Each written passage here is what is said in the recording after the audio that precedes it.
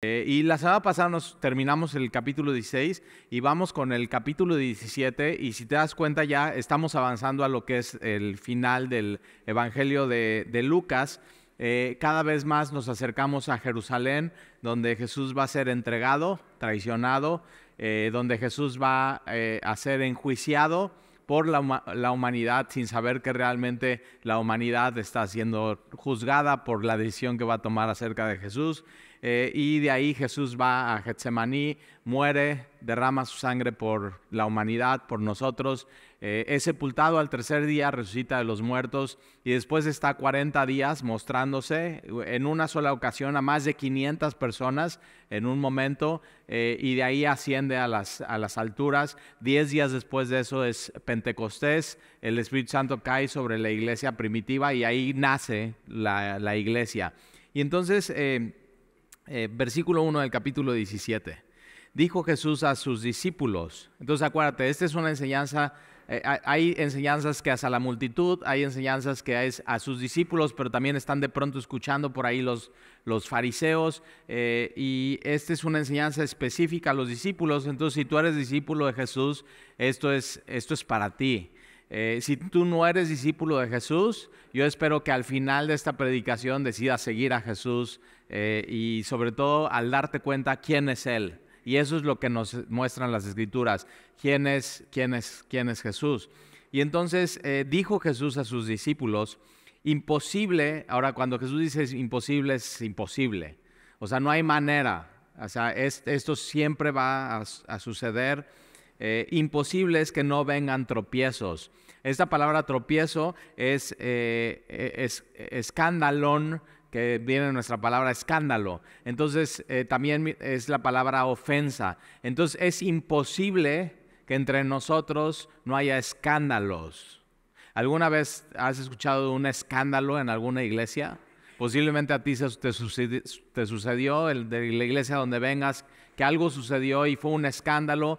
Y esto es un escándalo a causa del pecado. Es decir, alguien cayó, alguien pecó, alguien tomó una decisión errónea, alguien fue contra Dios, se hizo un escándalo, nadie sabía qué iba a suceder, se movió como que todos los cimientos de lo que estaba sucediendo. Y esto es lo que está diciendo Jesús, que es imposible que esto no suceda.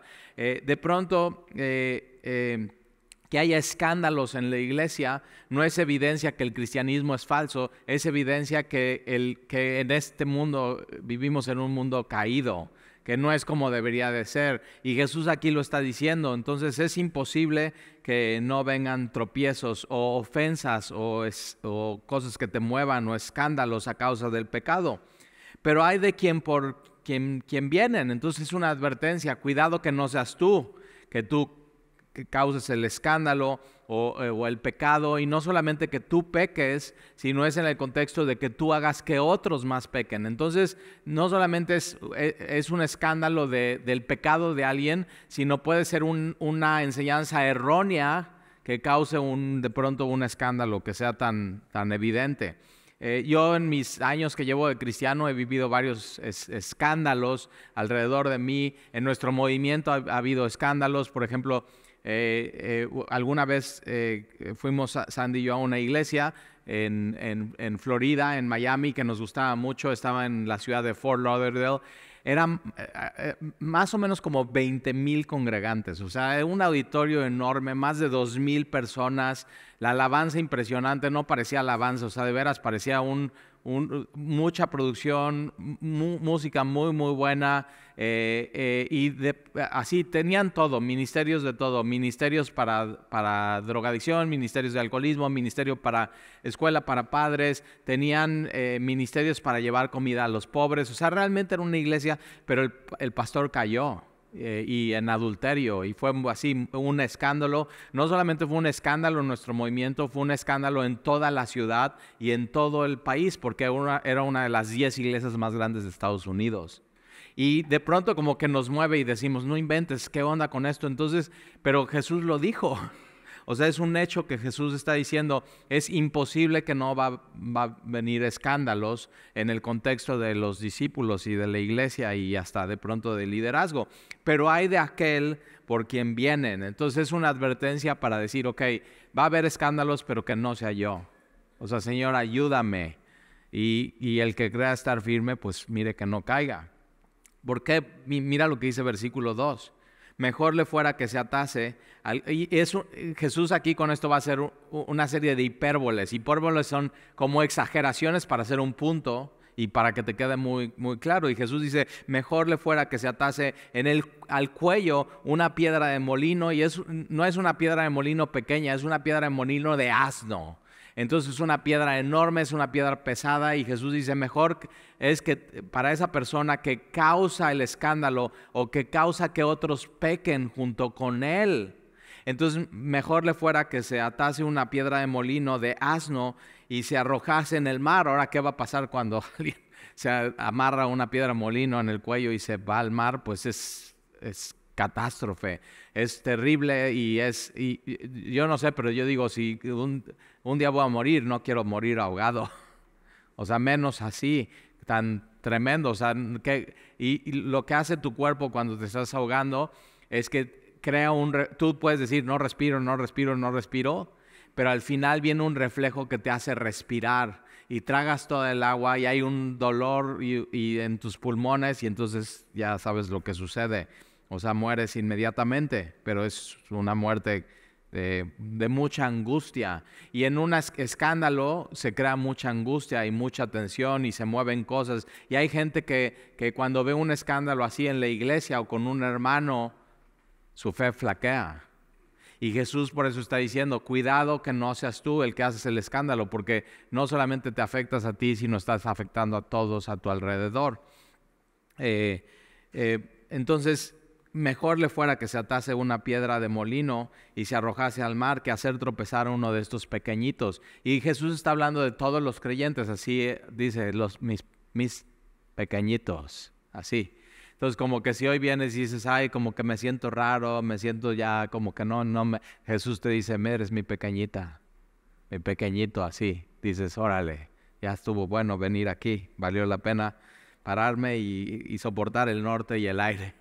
Y de pronto es eso, y no solamente es los que han creído en Jesús, sino también está hablando de los más pequeños en la fe, los que un escándalo así sí les movería. Porque cuando sucede algo así, y a mí me pasó en Semilla Cuerna, tenía un compañero de milicia, o sea, estábamos juntos predicando, dando discipulados, yendo a hacer el evangelismo. O sea, yo lo veía a él como, órale, y me llevaba más tiempo en el ministerio, y de pronto él cayó en pecado, adulteró su matrimonio. Así un día llegó a la iglesia y dijo así, creo que chafié. Y digo, ¿cómo? O sea, ¿cómo chafié? O sea, no, pecaste contra Dios, pecaste contra la iglesia, pecaste contra... pero fue un escándalo, todos sacados de onda, o sea, ¿qué onda? Y imagínate que te acabara de dar el Navegantes 1. Y dices, órale, es muy duro. Y por eso Jesús dice eso, advertencia. Y Jesús, a través de su Espíritu Santo, más adelante en las epístolas, dice, o sea, no se hagan de ustedes muchos maestros, porque un maestro entonces cuando está enseñando y su vida no va acorde con su enseñanza, hay más juicio de Dios ahí. Entonces, versículo 3, mirad por vosotros, ahí está, entonces es una advertencia, cuidado. O sea, pon mucha atención con tu vida, fíjate cómo estás viviendo, mirad por vosotros mismos. Y esto es, no, o sea, si sucede esto no le vas a poder echar la culpa a nadie más. O sea, tú eres responsable de lo que haces, tú eres responsable de tus actos, tú eres responsable de lo que creas y cómo lo vivas. Entonces mirad por vosotros mismos. Si tu hermano pecare contra ti, repréndele. Y como que de pronto eso somos muy buenos para hacer. O sea, vemos que alguien está mal y somos muy buenos para ir y decirle, oye, ¿qué onda con esto? Y reprenderle y así.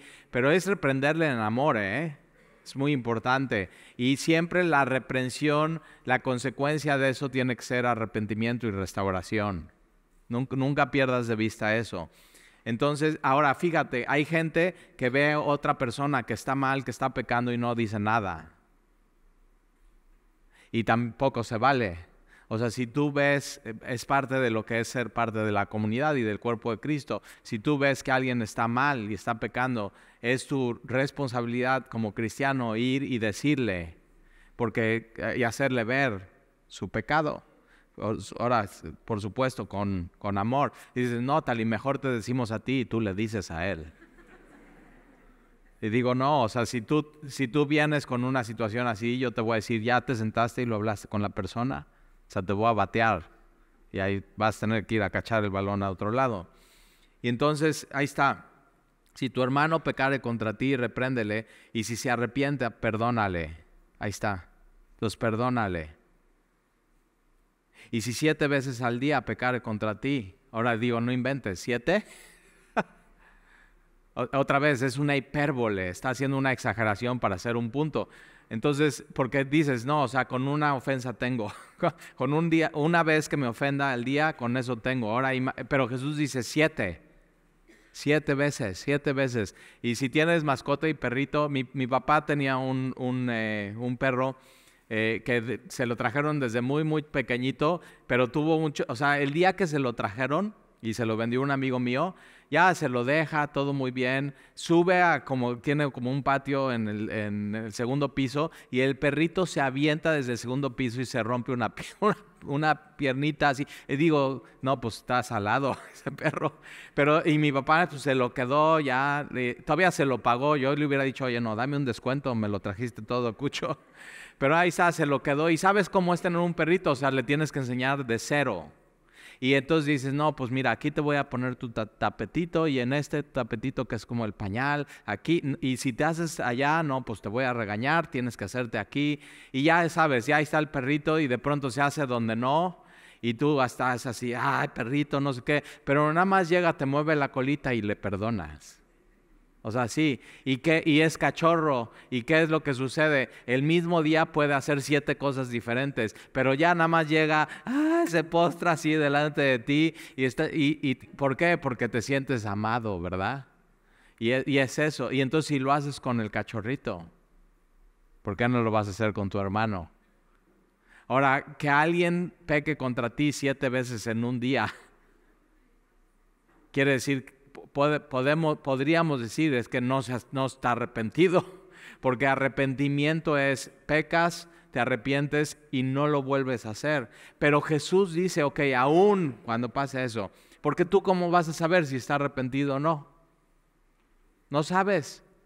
Entonces Jesús dice eso, o sea, si peca y viene y se arrepiente y te pide perdón, tienes que perdonarle. Así, o sea, y dices, órale. C.S. Lewis dice que la idea y el concepto del perdón es muy romántica y muy hermosa y muy noble hasta que te toca perdonar. ¿Sí o no? Ahora, muchas veces hasta nos cuesta pedir perdón, ¿verdad? O sea, como que te cachan en algo, y ya te van y te exhortan, como dice la Biblia, y tú estás así como que el orgullo y como que no quieres ceder y doblarte y reconocer, estoy mal. Y es parte de nuestra naturaleza caída. Pero entonces, por un lado, tú tienes que aprender a ir y exhortar a alguien y decirle, estás mal en esto. Y por otro lado, tú como cristiano tienes que aprender a pedir perdón y decir eso. Y el perdón no es, ay, perdón, es que mira, lo que pasa es y toda una historia. No, perdón, me equivoqué, no lo vuelvo a hacer. A ver, ¿quieres repetirlo conmigo? ¿Verdad que nos cuesta trabajo? Pero es algo que Jesús nos está pidiendo que hagamos. Es parte de ser su discípulo, es parte de ser cristiano. En la oración del Padre Nuestro dice, Padre, perdónanos nuestras ofensas, como también nosotros perdonamos a los que nos ofenden. Y es esta misma palabra que usa aquí, el tropiezo o escándalo o ofensa. Entonces, si 7 veces al día pecare contra ti, y 7 veces al día volviera a ti diciéndote me arrepiento, perdónale. Y entonces dijeron los apóstoles, fíjate, versículo 1 es, Jesús dice esto a sus discípulos, todos están escuchando, entre sus discípulos están los apóstoles, o sea, los meros. O sea, llevan 3 años con él y de pronto sus apóstoles están escuchando también esto y los apóstoles le dicen al Señor, aumentanos la fe. Aumenta. ¿En qué contexto? En el perdón. Porque tú tienes que decir, ok, Señor, yo para perdonar a este que me ofendió, y la ofensa fue real, no estamos diciendo que no. La ofensa fue real, el costo fue real, la herida fue real, el golpe fue real.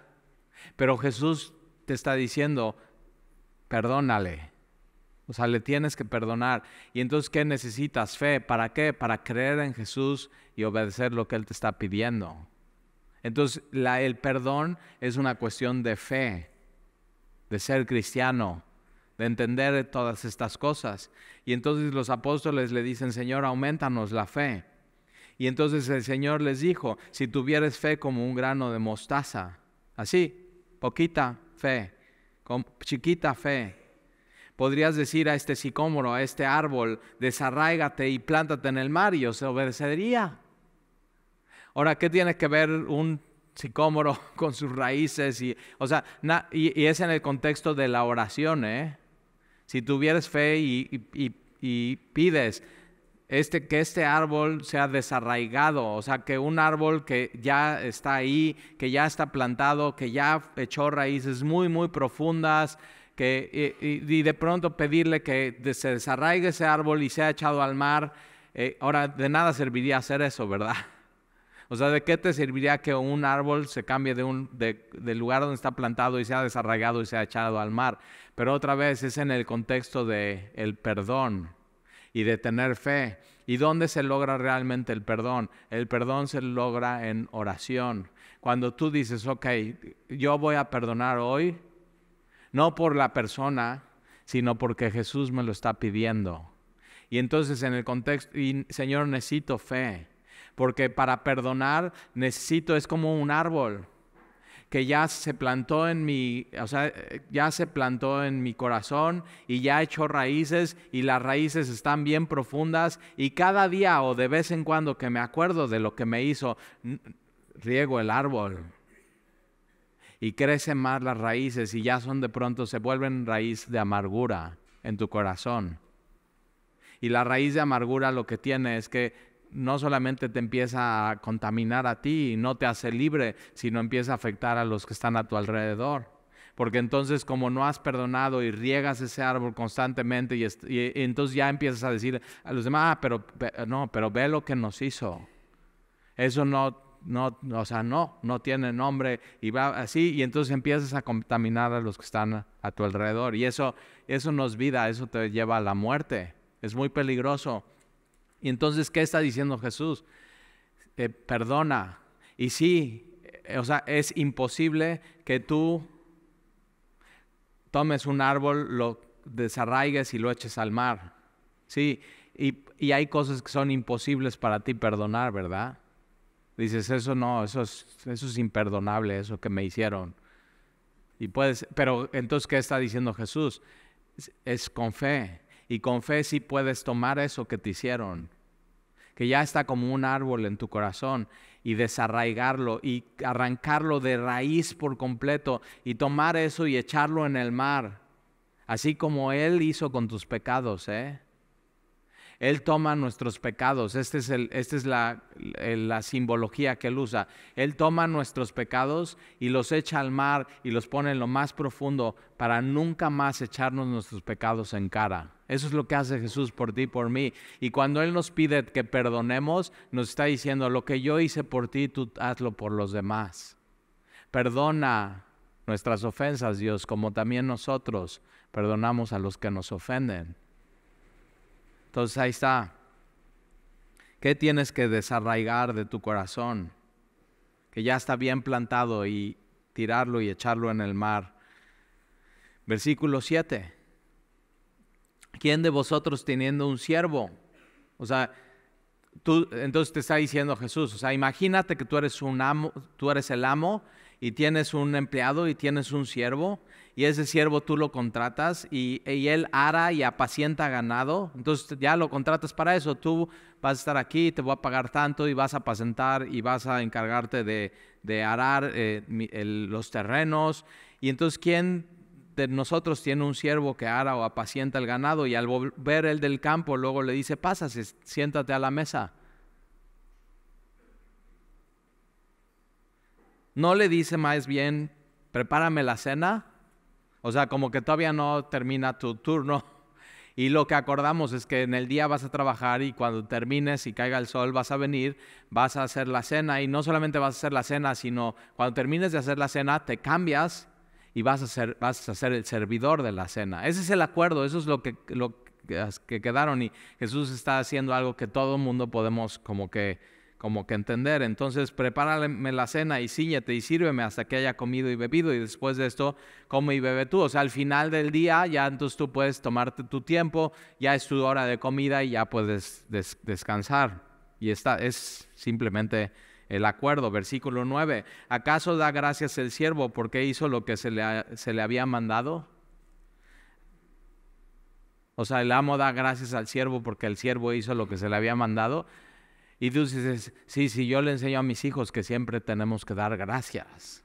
Pero en el contexto en el que está, o sea, aquí es un contexto de trabajo, de labor, o sea, ¿a poco tú cuando vas a tu trabajo, tu jefe así, oye, sácame esta copia y llega, oye, te quiero agradecer mucho por tu trabajo? O sea, ya simplemente estás trabajando y estás haciendo lo que te pidieron, para eso te contrataron.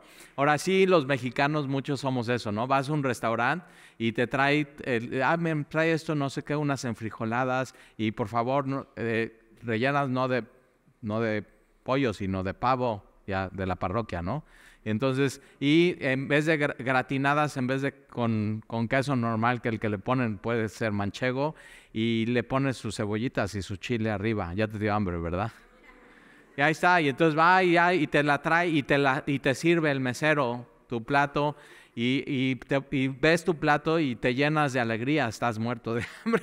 ¿Y qué dices? Muchísimas gracias, le dices. ¿Pero por qué? Ya es como que así es tu reflejo, como que así te enseñaron. Pero eso no es, en este contexto, esta historia simplemente no está pasando. O sea, ya el siervo hizo lo que tenía que hacer. Y eso, realmente el mesero no está esperando que le des las gracias, está esperando propina. La verdad, o sea, ¿de qué sirve que seas muy amable y muy agradecido si no le dejas el 10 o 15% de propina? Pero entonces ahí está, y todos pueden entender esta historia. ¿Acaso da gracias el siervo porque hizo lo que se le había mandado? Pienso que no, dice Jesús. O sea, hace lo que le toca. Versículo 10. Así, y me encanta Jesús porque está, no, y a ver, y el siervo no está esperando esto, simplemente está haciendo lo que le tocaba y ya checó tarjeta, llegó tarde, hizo temprano muy bien y todo, sí, muy bien, así debería de ser, no debería de estar, y así, y dije, de pronto Jesús, ¡prum!, cambia la mesa, y entonces dice, ok, entonces estamos de acuerdo, sí, así también ustedes. Cuando hayas hecho todo lo que os ha sido ordenado, decid, siervos inútiles somos. Pues lo que debíamos de hacer hicimos. Por eso aquí en Semilla, así ya a partir del próximo domingo, los que están en la puerta te van a abrir la puerta. Bienvenido a Semilla, siervo inútil. Bueno, podemos aumentar. Bienvenido a Semilla, siervo inútil, pero amado por Dios. Ahí está, ya. Pero te das cuenta, eso es como que de pronto queremos que llegar a la iglesia y, pues que se fijen, llegué temprano. Mira cómo estoy sirviendo, ve lo que estoy haciendo para el Señor. Ve, y así pasan las ofrendas y estás, a ver, ojalá que me vean, miren cuánto doy. Y así, o sea, Jesús con eso así ya nos cachetea, como que nos ubica, nos pone un norte y dice, no, o sea, siervos inútiles somos, esos somos. O sea, y entonces, ¿qué es lo que pasa? Que, o sea, no hay palmas, no hay reconocimientos, no hay diplomas. O sea, bueno, sería muy raro un diploma, ¿no? Así, de siervo inútil. El inútil del mes. O sea, es eso. Simplemente hizo lo que tenía que hacer. Ahora fíjate, Jesús está yendo hacia Jerusalén, está yendo hacia la cruz, y Él no tenía que hacerlo. Y lo hizo bien. Entonces, como que hay que pensar, o sea, ¿qué es lo que tú haces por tu Señor y por tus hermanos y por la iglesia? O sea, ahora ojo, es en el contexto del perdón. Y Jesús te está diciendo, perdona. Y de pronto dices, ok, voy a perdonar. Y ya cuando perdonas, quieren que te dé, o sea, que me den un diploma, porque qué lindo soy que perdoné. Y dicen, no, es lo que te toca. Es lo que te toca hacer. Así como tú fuiste perdonado, entonces tú tienes que otorgar el perdón a los demás y no buscar un aplauso, un reconocimiento. ¿Qué Jesús dice a los fariseos?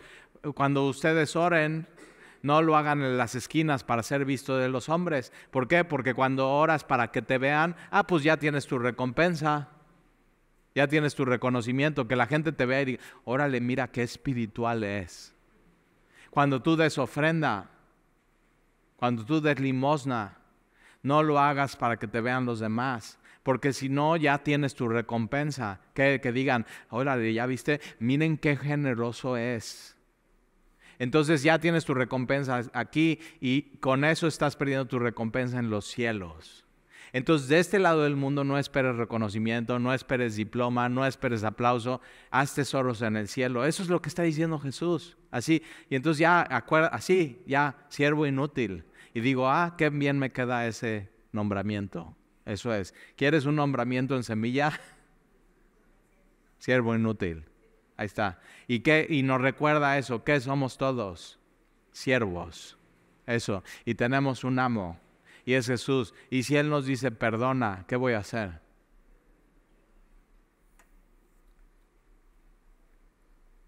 Ahí está. Versículo 11. Y en tiempos de Jesús, los rabinos tenían un dicho. Si has aprendido algo de la Torá, no es por ti, es porque para eso fuiste creado. Órale. A ver otra vez como si los rabinos decían en la época de Jesús, si has aprendido algo de la Torá, y lo podemos cambiar aquí, si has aprendido algo de tu Biblia, no es por ti, es porque para eso fuiste creado, para conocer a Dios. Entonces no hay nada, no hay aplauso, no hay reconocimiento, no hay nada. Simplemente has hecho lo que te tocaba hacer. Para esto fuiste hecho. ¿Para qué fuiste hecho? Para servir a Dios, servir a los demás, para poder, reconciliarte cuando hay un problema. Cuando ves que hay algo, hablarlo y no dejarlo ahí. Y cuando hay que pedir perdón. Y cuando hay que perdonar. Para eso fuimos creados. Entonces ahí está. Versículo 11. Yendo Jesús a Jerusalén. Entonces ya él va a Jerusalén. Estamos a 2 capítulos de la entrada triunfal. Ya estamos casi llegando junto con Jesús. Entonces yendo Jesús a Jerusalén pasaba entre Samaria y Galilea. Y al entrar en una aldea le salieron al encuentro 10 hombres leprosos. 10. No un leproso, 10. O sea, ya hasta habían hecho su asociación civil de leprosos, su logo, ¿no? ¿Te imaginas así? ¿Cómo sería el logo de los leprosos? Así como que un perfil y solamente que se viera la sombra, pero con la nariz caída, como calaca. O sea, y un leproso era terrible. Y de pronto se juntan estos leprosos. O sea, ¿por qué? ¿Qué tienen en común? Miseria. Somos miserables.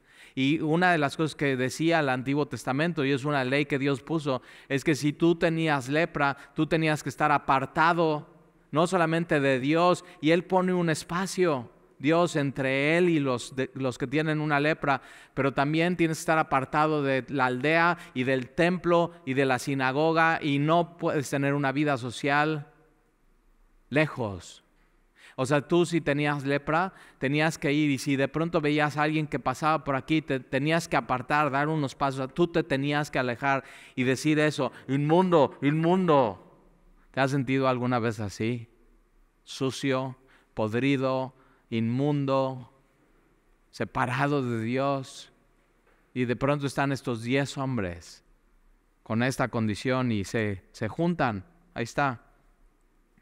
Ya hasta hacen su sindicato de leprosos. Y una de las cosas que tenía la lepra es que pierdes la sensibilidad.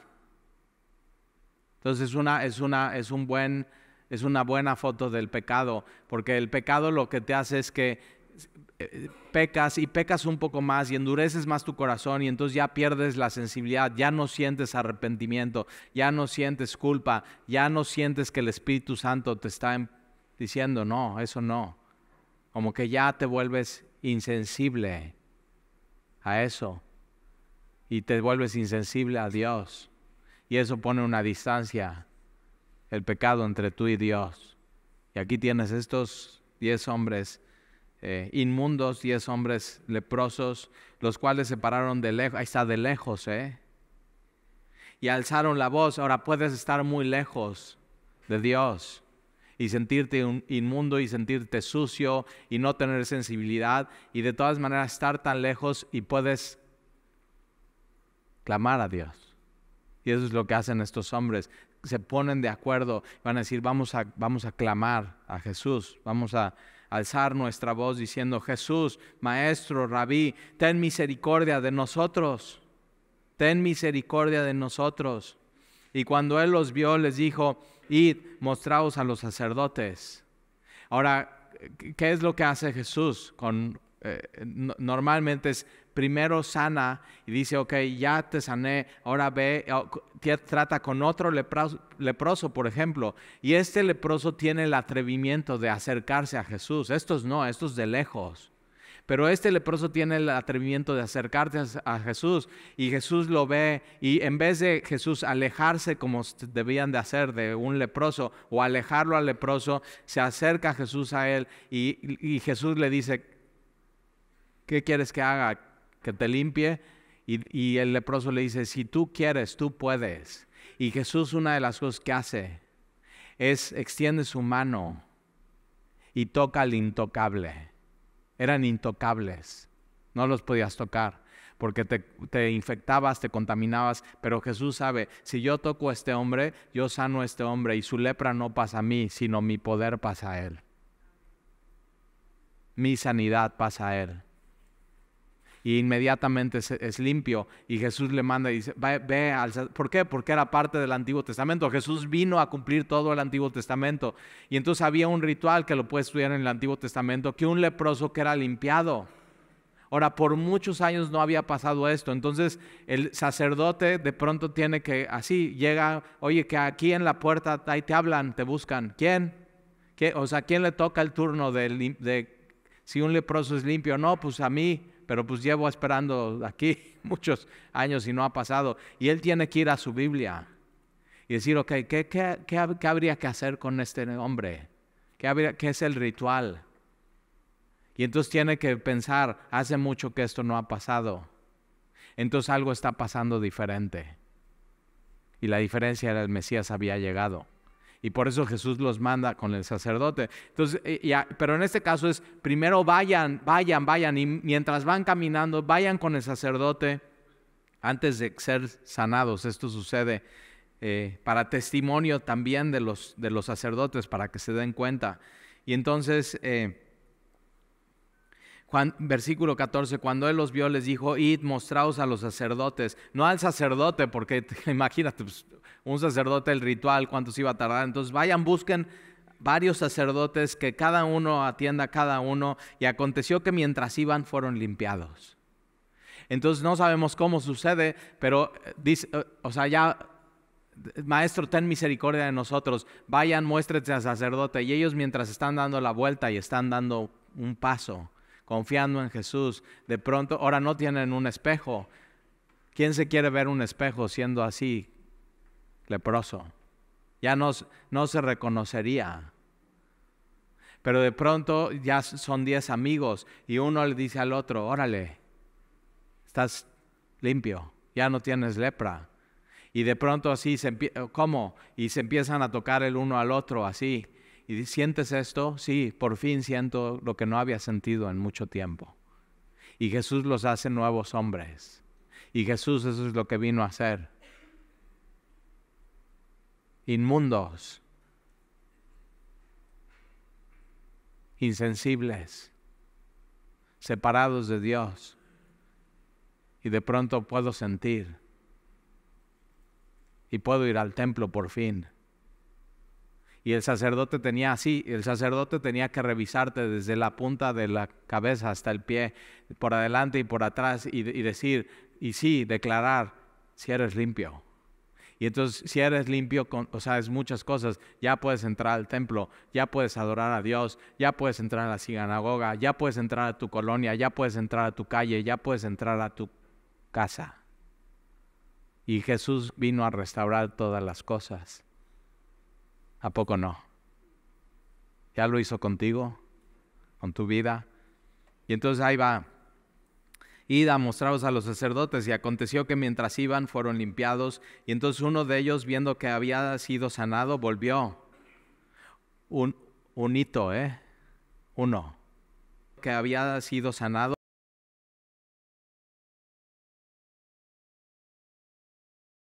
Uno.